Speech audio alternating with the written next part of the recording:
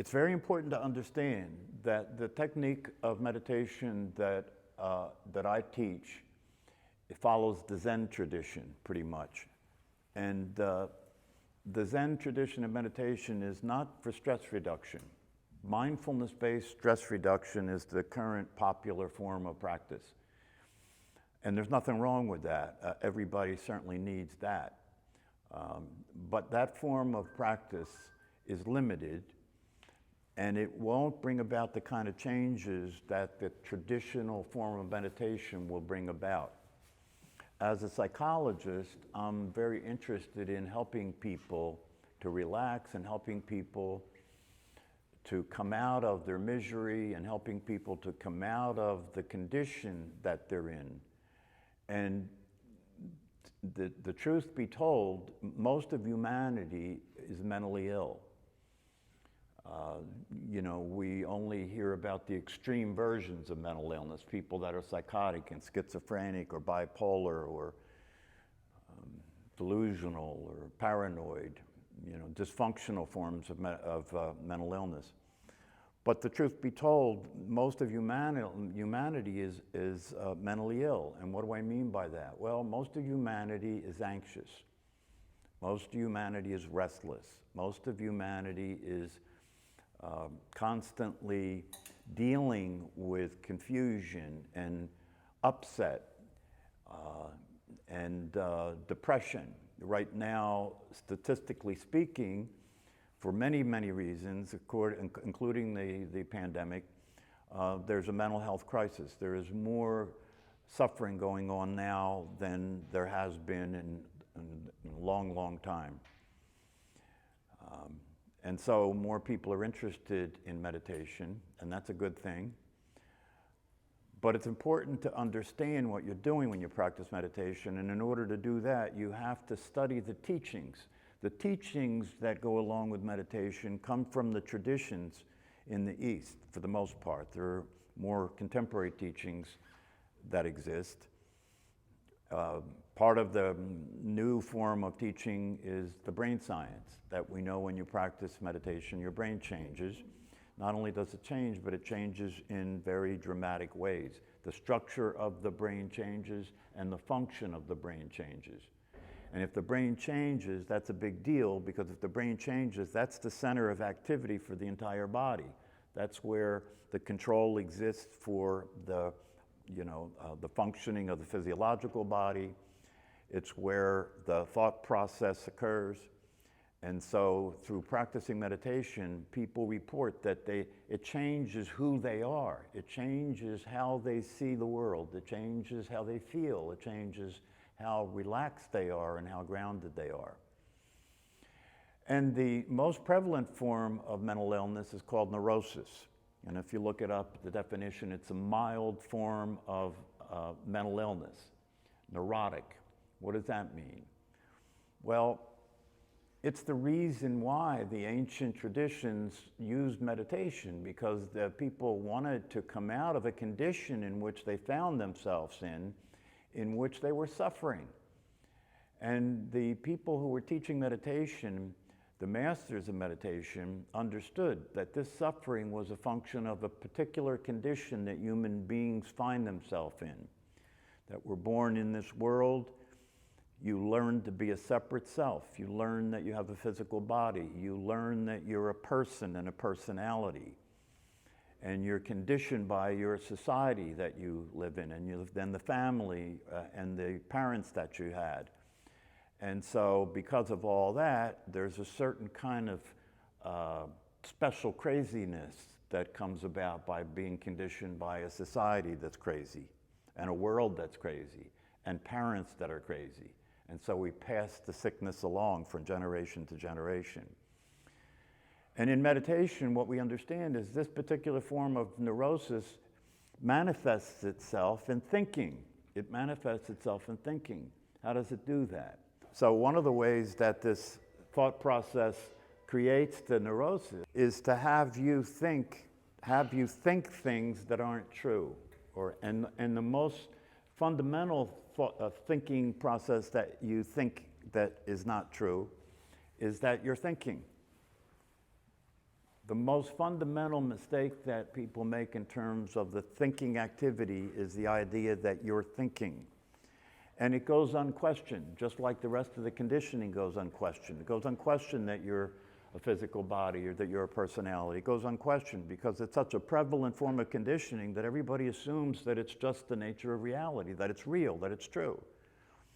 The ancient teachings tell us that this is a fundamental mistake, and that the thoughts that are occurring in your mind, and the mind is like the screen that everything appears on, right? Your images appear there, your thoughts appear there. The thoughts appear there like a voice in your head that's constantly talking, right? And your conditioning tells you that that's you. That's you. What do you think, right? What do you think? Or you need to think about this. So this is a fundamental aspect of the reality that we share with one another about who we are and what's real and what's true. And it is also the source of suffering. It's also the source of the mental conditions because it is a misunderstanding. It is a mistake.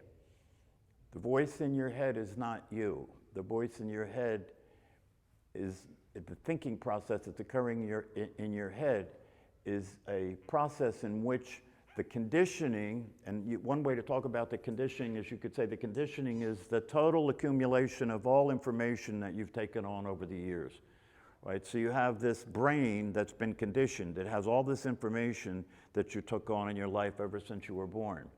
And the way you interact with the world is that conditioning, that database interacts with whatever is happening by using a thought process, right? The thought process takes the data from what's happening, processes it in your brain in relationship to your conditioning, and then produces thinking, produces a thought activity, okay?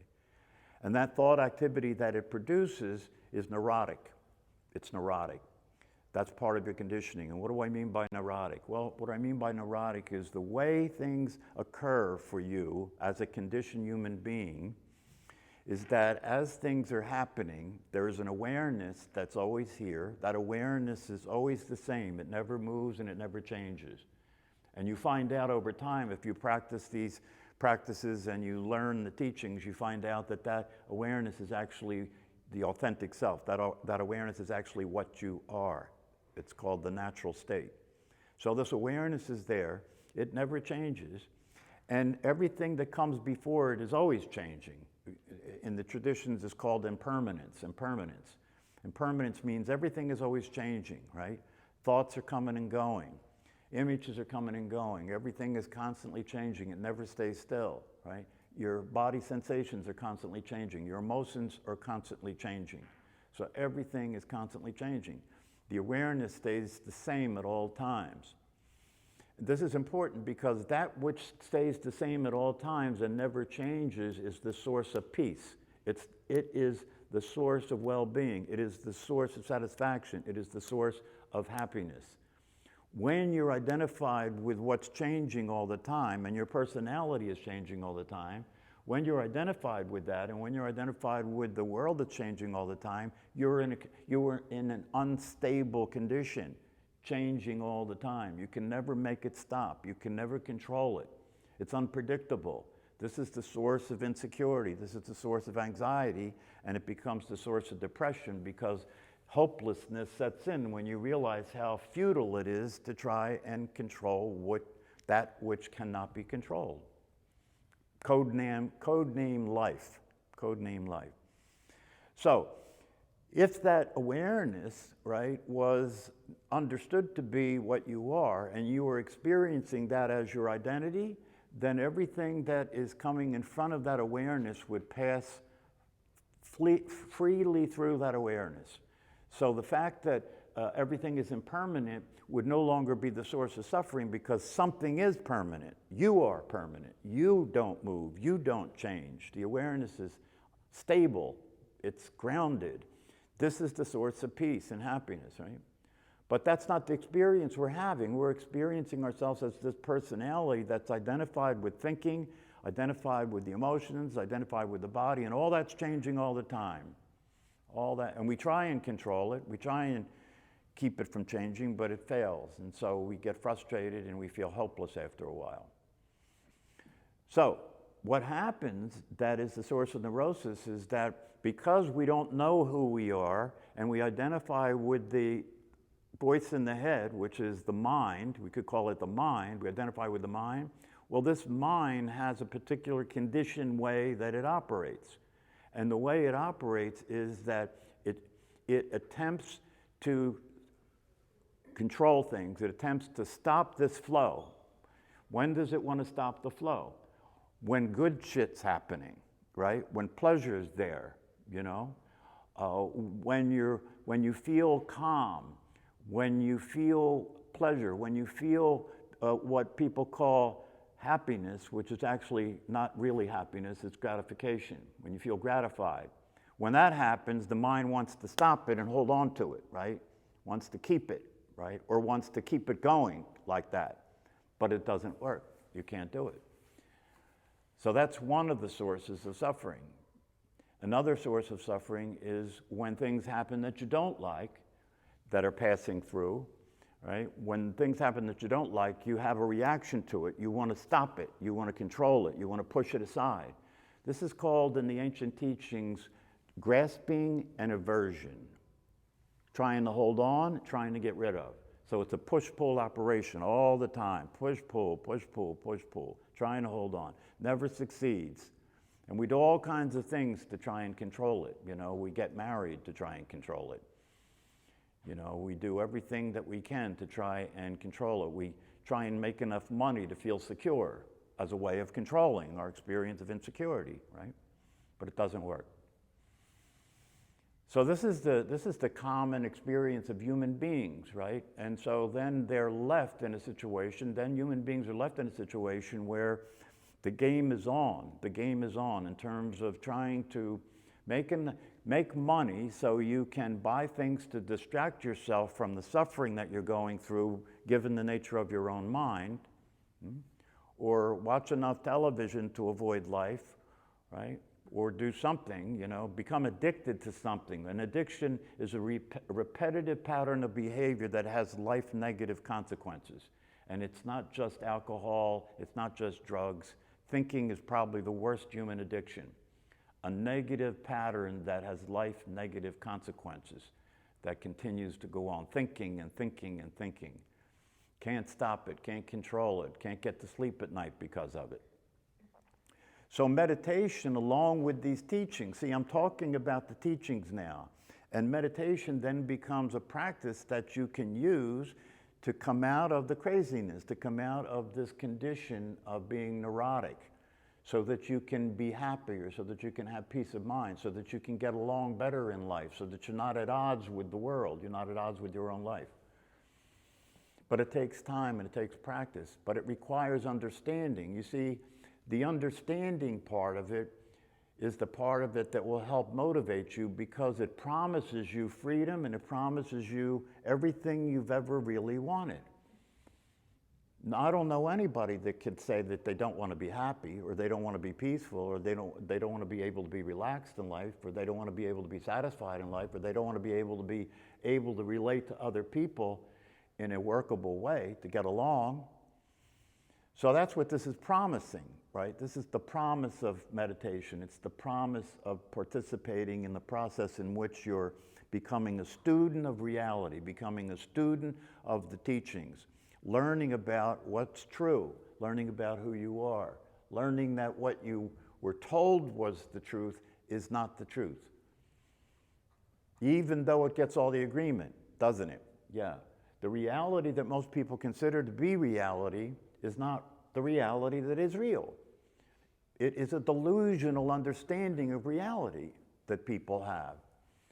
You know, people think that they, for example, people think that you're the thinker of your thoughts. I mean, that's such a common thing that it's in our language all over the place. I think, you think, we think. Think tanks, right? Thinking is an accepted way of being in the world, even though it is a failure. It does not work. So this offers freedom, and it offers freedom from being a hostage of your own thought process.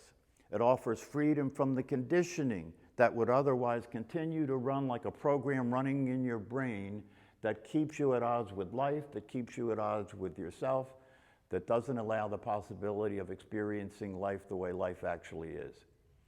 So, when these things pass in front of awareness, right, in the conditioned state that people are in, they're constantly trying to hold on to it or reject it, trying to hold on to it or reject it. Okay?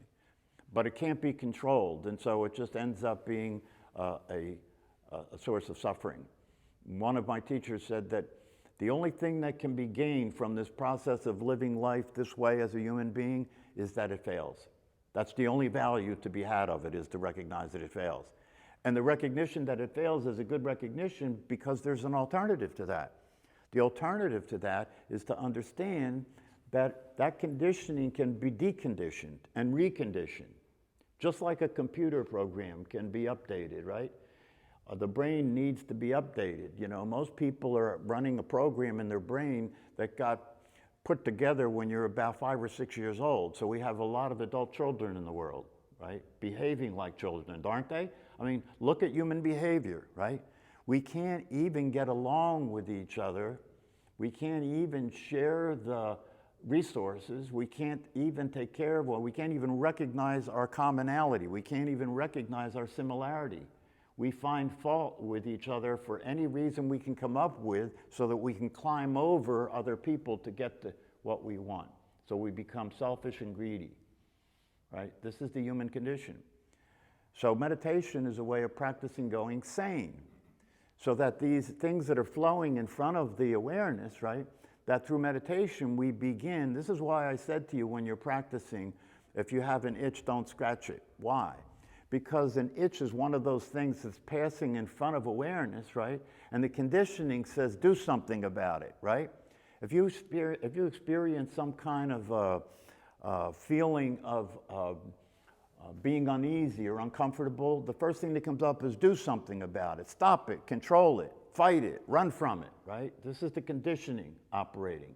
Through meditation, we learn that you don't have to do that. You can be present to what's happening and stable with what's happening and allow everything that flows in front of you to flow so you don't get stuck with anything, you see. You know, one of the people that I work with said to me the other day, oh, it didn't seem like Christmas. That's probably a pretty common thing for people to experience. It didn't seem like Christmas. You know, it was okay, but it didn't seem like Christmas, right? That's the way the mind operates, right? It keeps comparing what's happening to what you think it should be like, and when it's not like that, you know, what are you going to do? It's not like that. You got to put up with it, right? So you're coping, right? You're coping. You're trying to be happy, right? You're trying to make life work. You're trying to be Christmassy at Christmas time. You're trying to make your picture of Christmas the way it is for you. But for almost everybody, that's not the truth. That's not the way it is. So you just drink a little more alcohol. That's what happens, right? Figure I can't be happy if I'll just be drunk, right? Or I can't be happy, I'll just sleep more. I can't be happy, I'll just watch more TV. Or I can't be happy, you fill in the rest of it, right? Because that's the way it ends up. But then there's this possibility through meditation and through learning about these teachings where you can start to realize that if my true nature is I am this awareness that never changes and never moves, and in fact has no age, in fact is ageless, in fact is not a man or a woman, in fact it's not even physical. And it's me. It's me. I can identify myself to be what I actually am, and when I do that and I practice that, this flow of life that comes in front of me, right, I can start letting it be the way it is. That's what they mean when they say letting go. Letting it be the way it is. If you let it be the way it is, it'll let you be the way you are. There won't be a problem. No, but people just can't leave it alone. People have to keep trying to change it, keep mess with it, reject it, try and control it. So this is a wonderful thing. This is a beautiful thing. This is a blessing. This is the third phase of a human life. It is necessary to be conditioned to live in this world of time and space and to think you're a body. It's necessary to do this thing that we call being human and do this thing that we call living a life. It's necessary. But it doesn't have to be the end of the story. You can have all that occur and then wake up and realize, okay, I had to think I was a physical body and separate from everybody else to play the game of life in time and space, right? But I can now go on to the next phase of life, which is to realize that that can all still be there, but now I recognize that my true nature is none of that. My true nature is the awareness of all of that. So I'll share with you an example of what I'm trying to point to here that might make it a little clearer. We call this process waking up from the dream, waking up from the conditioning, realizing your true nature, waking up to what's possible in your life. And one way to understand this in terms of who you are is to realize, for example, in our everyday waking state, we look through these eyes, right? Something's looking through these eyes. You might think it's your personality, but in actuality, it's awareness itself is using these eyes to look at the world, okay? So looking through these eyes. In our waking state, we're looking through these eyes and seeing the world. Okay, but what we consider to be the one that's looking is the personality, yes? I am looking through these eyes at the world, right? Now you go to sleep at night, right? The body goes to sleep, the eyes closed, the personality's asleep now, right? But now you're in a dream. You're in a dream, and in the dream you're seeing, right? But your eyes are closed. What's seeing in the dream? You see, this is the kind of thing nobody even slows down and to look at to see what it suggests. What's seeing in the dream? Well, what's seeing in the dream is actually the same reality, the same awareness that's seeing when you think you're awake. When you're awake, that which is looking through your eyes, the awareness of what the eye sees is the same awareness that's aware of what's being seen in the dream. That's the real source of seeing. It can't be just the physical eyes, because at night your eyes are closed and you're sleeping, right? So the awareness at night is there, being aware of what the brain is producing as a dream. And then you wake up and you think, oh, that was a dream. This is real. Sorry, this is exactly the same thing. The awareness is aware of this reality in the same way it's aware of the dream at night.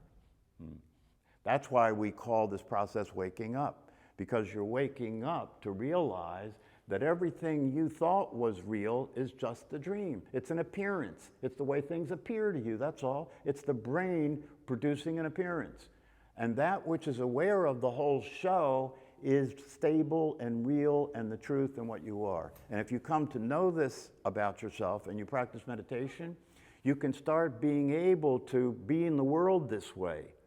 So who you're being changes, how you see the world changes, and therefore your behavior changes. You get saner, you get easier to live with.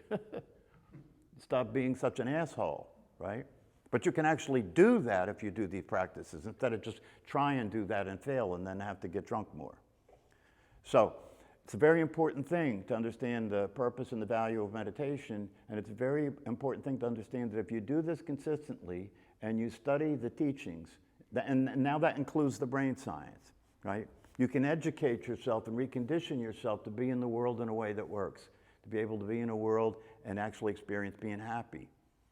You know, you see these images of these gurus, right, that have these smiles and flowers and all the rest of that, you know, when the Beatles went to India and all that stuff, right? And so we have these ideas about meditation and about spirituality that's like magical and mystical, you know, and if I become enlightened, you know, then I'll be in a different world and nothing will bother me anymore. None of that's realistic. A lot of that's misunderstanding. You know, what meditation and these teachings has to offer is actually something just turns. Something just turns.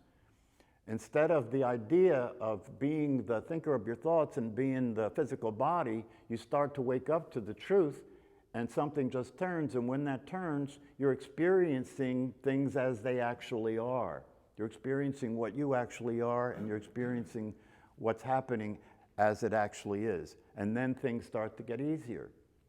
Now, that doesn't mean that the thought process is a thought process that you always want to let go of and just let it, you know, run wild by itself. It'll change naturally when who you have it that you are changes.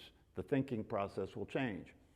And you can use thinking when it's necessary to do it for practical reasons, right? There are a lot of things you just do that you have to think practical thoughts, right? Not a problem. But most of the thinking that human beings do is neurotic. In brain science, they call it the default state. Whenever in your life, whenever there's nothing that you have to have your attention on in order to do, you go into the default state. One of the ways that we practice meditation in the Zen tradition is walking meditation, right? Well, why would you practice meditation? Walking meditation. Because when you're walking, and then you can check it out for yourself, when you're walking, most of the time you're not walking, you're thinking. You're not aware of walking, you're thinking. Just like when you're driving your car, you're not driving your car, your brain's driving your car, you're busy thinking, right? So walking meditation is practicing being aware of the body walking. Oh, that's different, right?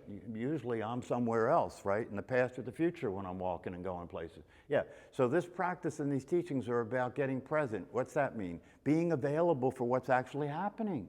Being available for what's actually happening instead of the thought process. The thought process is not what's actually happening, it's an interpretation of what's happening. So you're not in the world, you're in your version of the world. And I can prove it because if I went around the room and asked each of you what you heard me say tonight, if there's 10 people, there'd be 10 versions, right? So obviously, your experience of your thought process has you in a separate world from every other human being. When you wake up, you begin to see what is not separate, what is not different, that we're all exactly the same. And we're not separate from the world, right? We are the world. The difference between my hand and what's not my hand, when we wake up and experience a non-dual reality, you realize that you're not separate from the world. Try and be separate from the world if you think you're separate from the world. Stop breathing, for example. Stop thinking you need oxygen. Stop thinking that you need the temperature to be a certain temperature. The body's very fragile. The body's very fragile.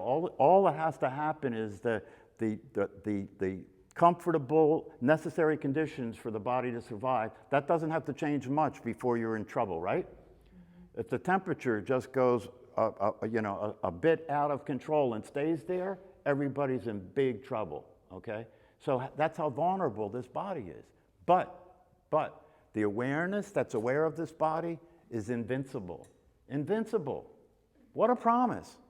What a promise. If that's true, that that's what you are, given what that is and what the possibility that makes possible for you living your life, that's an amazing thing to come across and discover. And the understanding of that discovery and that possibility is what will motivate you to practice meditation every day. To come out of the conditioning and wake up to the truth so you can have the life that's possible for you. That's what's available in meditation. So now I'll pass around the thing for you to write out your checks. And one of the ways you know a true teaching is it's free. That's why they say for teachers teaching the truth, we're selling water by the river, right? Because the truth is free. It's available to everybody. All you have to do is pay attention. That's why meditation is so important.